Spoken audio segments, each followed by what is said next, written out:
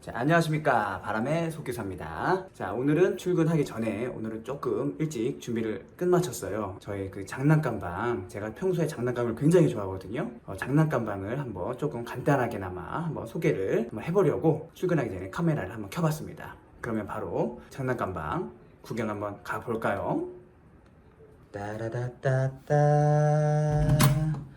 따라다라다라. 네, 뭐 소소하지만 제가 이렇게 좀 장난감들을 모으고 있는 장난감 방입니다. 뭐 대단한 건 없습니다. 제가 레고를 굉장히 좋아하거든요. 레고 타지말, 제가 굉장히 좋아하죠. 엄청 멋있고 얼마 전에 산 너프 총입니다. 굉장히 재밌어요. 아주 그냥 연발로 그냥 탁탁탁 쏘면 굉장히 좋더라고요. 이거는 제가 저희 주인님에게 생일 선물로 받은 건담입니다. 이게 불도 들어와요.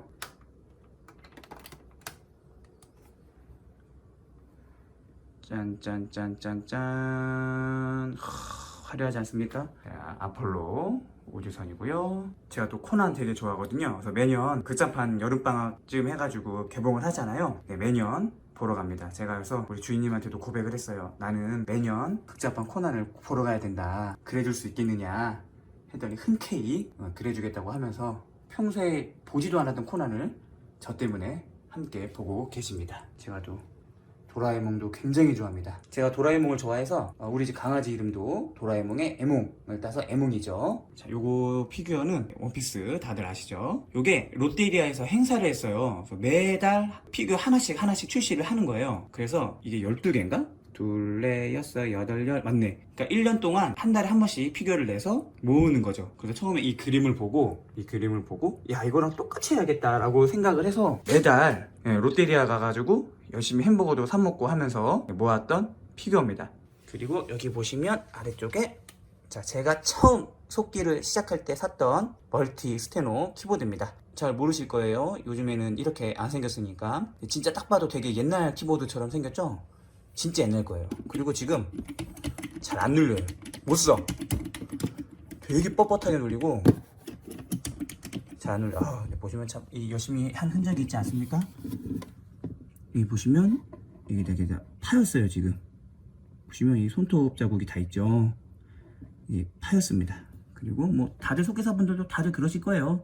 글자 지워지고 이런 거. 그래서 어쨌든 간에 요걸로 또 한참 공부 열심히 했었고 또 요 키보드로 1급 자격증까지 땄기 때문에 저에게는 굉장히 뜻깊은 키보드가 되겠습니다. 여기는 제가 좋아하는 레고 놀이동산식으로 한번 꾸며봤습니다. 누르면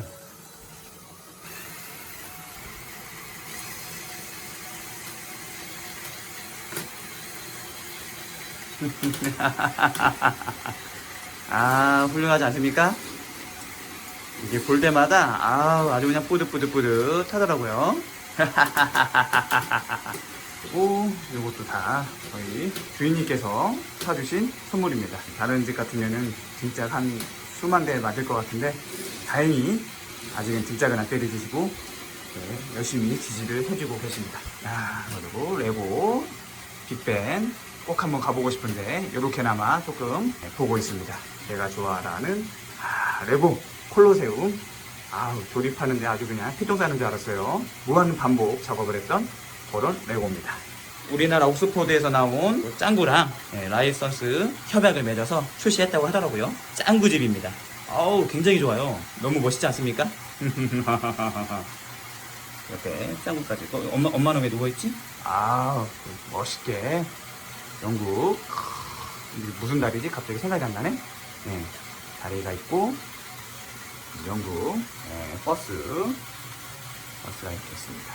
그리고 위에는 여러 가지 각종 놀이공원 가서 샀던 모자들이 있습니다.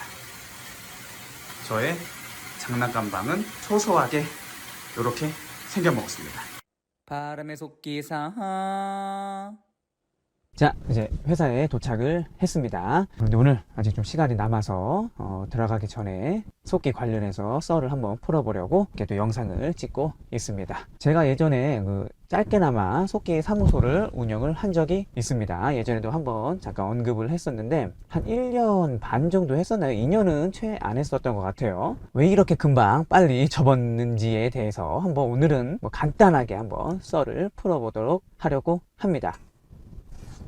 자, 제가 이제 속기 사무소를 하기 전에 제가 검찰청에서 한 4년 정도 근무를 했었는데 이제 뭐 그냥 그럭저럭 살았어요. 그냥 뭐 무기계약직으로 일하면서 나름 뭐 만족도 하고 그러니까 일하는데 뭐 크게 어려움도 없고 뭐 힘든 점도 없었기 때문에 그냥 나름 만족을 하면서 살았어요. 이제 그러다가 생활의 패턴이 달라지고 제 주위 환경도 달라지고 하면서 돈을 좀 더 벌어야겠다 라는 생각이 갑자기 불현듯 들었죠. 과감하게 검찰을 그만두고 속기 사무소를 이제 개업을 했는데 처음에 개업할 때는 자신감이 아주 그냥 천만만만 억만했죠. 그냥 나는 잘할 수 있을 거라고 생각했어요. 왜냐면 이제 검찰에서 거기서 이제 주로 하는 일이 뭐 영상 녹화 조사도 들어가긴 하지만 보통 주로 하는 일이 이제 녹취록 작성이에요. 뭐 구치소 접견이라든가 뭐 여러 가지 사건 관련해서 뭐 녹취록 그냥 하루 종일 하는 일이 그거니까 뭐 녹취록에 있어서는 뭐 자신 있었고 회의나 이런 거는 뭐 별로 해본 적이 없었지만 뭐 그것도 뭐 하다 보면 되지 않겠어. 아예 한 번도 안 해본 것도 아니고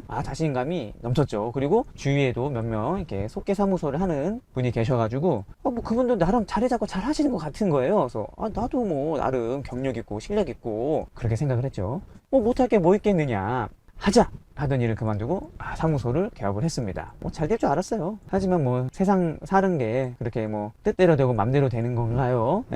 안 되죠. 잘 어쨌든 이제 했는데 일이 안 들어와. 나는 개업만 하면 일이 들어올 줄 알았어요. 일도 잘 안 들어오지만 무엇보다도 가장 힘들었던 게 진상이 그렇게 많을 줄은 정말 꿈에도 몰랐어요. 간단하잖아요. 루틴이 의뢰를 한다, 의뢰가 들어온다, 녹취록을 작성을 한다, 초안을 보낸다, 수정본이 온다, 제본을 하고 보낸다. 간단하게 생각을 한 거죠. 근데 그게 아니더라고요. 그렇게 진상이 많을 줄은 정말 몰랐어요. 제가 1년 반 정도 했는데 물론 지금 이제 소개사무소 하시는 분들도 다 저랑 같은 비슷한 경험들은 다 있으실 거예요. 근데 오래오래 하시면서 그런 진상들을 만나잖아요. 근데 저는 1년 반 정도 하면서 뭔가 되게 속성으로 되게 많이 만난 것 같아요. 여러 가지죠. 이제 첫 번째로 이제 주로 하는 진상 손님들 같은 경우는 가격 깎아달라 이런 건 뭐 이제 뭐 늘상 있는 일이니까 그렇게 뭐 엄청난 진상이다라고 할 것까지는 없는데 일단 기본적으로는 뭐 가격 후려치시는 분들 10분 조금 안 되는 분량이었나? 그거를 3만 원 해달라는 거예요. 이건 안 된다 했더니 그럼 뭐 자기가 뭐 3만 원에 해주면 지금 바로 파일 쏠게요 막 이러는데 안 된다고. 나빠서 장사합니까? 뭐 일단 뭐 그런 식으로 이제 가격을 많이 후려치시는 분들도 계시고 뭐 이런 분들은 그래도 그나마 양반이죠. 양반인데 다른 속기 사무소 소장님들도 그러시겠지만 보통 이제 24시간 상담하면서 이제 광고들을 하잖아요. 12시나 뭐 이렇게 밤 늦은 시간에도 전화나 뭐 문자 이런 게 이렇게 간혹 오거든요. 새벽 1시인가? 그쯤에 이제 전화가 오는 거죠. 이제 전화가 와서 이제 어떤 젊은 남자분이셨는데 뭐 1시간에 얼마예요? 그래서 뭐 얼마입니다 라고 이렇게 안내를 했더니 그래요? 그렇게 비싸요? 와, 속기사 괜찮네요.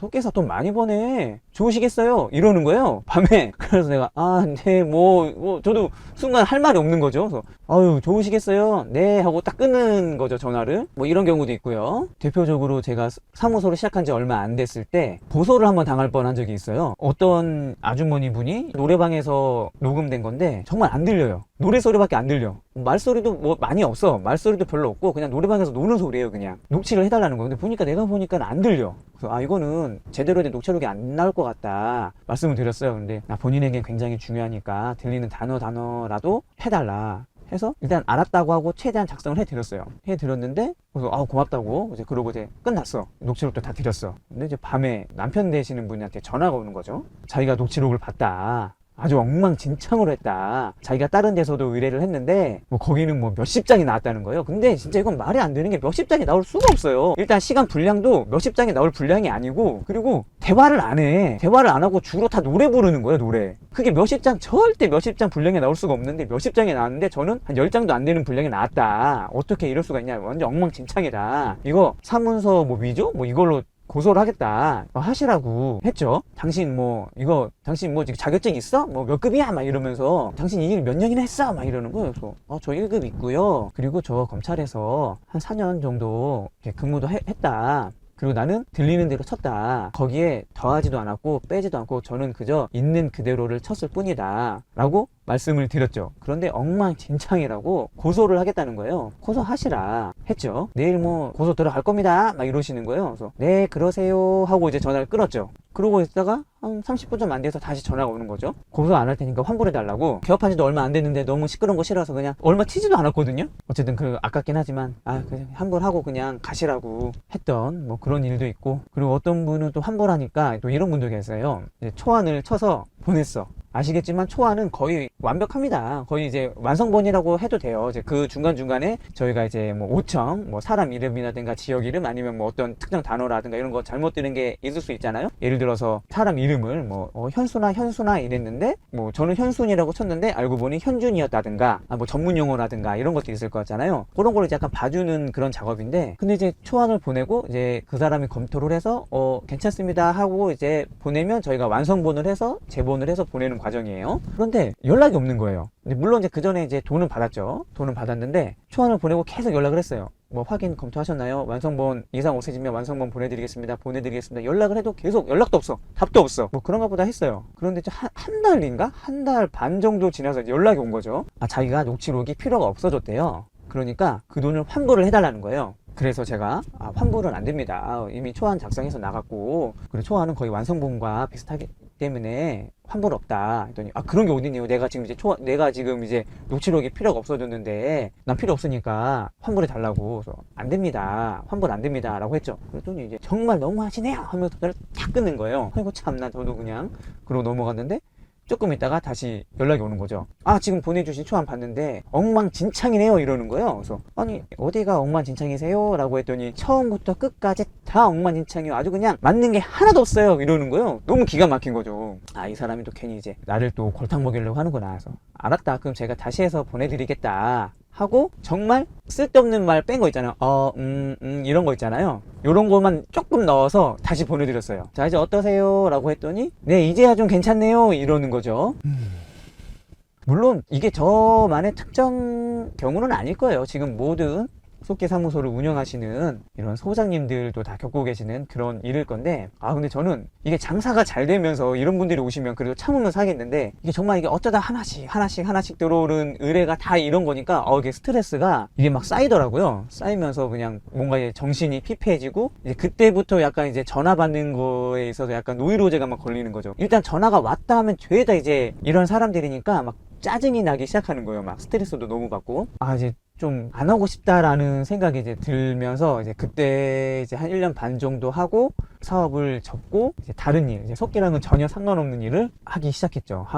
하다가 이제 돌고 돌아서 결국엔 다시 이렇게 속기로 돌아왔는데, 네, 그래도 안 좋긴 했지만 뭐 그래도 마냥 안 좋았던 건 아니고요. 또 나름 이제 1년 반 정도 하니까 나름 조금 이제 계속 단골도 좀 생기고 지속적으로 저에게도 의뢰를 해주신 분도 계시고 해서 아마 조금 더 버텼다면 어땠을까라는 그런 생각을 해봅니다. 그래서 차후에 총알을 더 만들어서 제가 처음에 저는 개업을 하면 무조건 처음부터 잘 될 줄 알고 정말 딱 사무소 시작할 돈만 가지고 시작을 했거든요. 그런데 이게 겨우 이게 유지할 정도가 되니까 이게 힘들더라고요. 생활도 해야 되는데 겨우 사무소 유지만 할 정도만 되니까 힘들어서, 그리고 조금 더 이제 경험을 좀 여전히 해봤으니까 거울 삼아서 나중에 다시 한번 사무소를 한번 해볼까 하는 계획을 가지고 있습니다. 어쨌든 뭐 혹시라도 사무소를 하실 생각이 있으신 분들은 제가 지금 말씀드린 이런 진상분들이 심심치 않게 보통 다들 이런 경우가 있더라고요. 그러니까 이런 경우도 있구나 라는 거를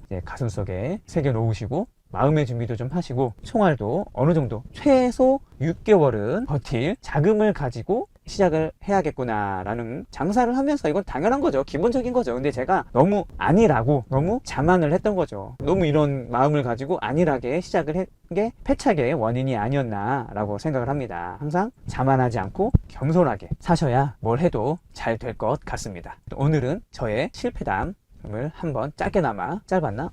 시간이 많이 됐네요. 한번 말씀을 드렸습니다. 그러면 이제 저는 또 사무실로 얼른 또 들어가 보도록 하겠습니다. 감사합니다. 바람의 속기사. 한글 속기 시험이 얼마 남지 않았다고 제가 알고 있는데요. 속기 시험 혹시라도 준비하시는 분이 계신다면 파이팅 하시길 바랍니다. 너무 긴장하지 마시고요. 그런데 어떻게 긴장을 안 할 수는 없죠. 긴장되죠. 당연히 발발발발 떨리죠. 저도 발발발발발발 떨면서 쳤어요. 난 내 손에 무슨 누가 나 전화 오는 줄 알았어. 손이. 지금부터 한글 속기 1급 연설체 낭독을 시작하겠습니다. 준비 땡.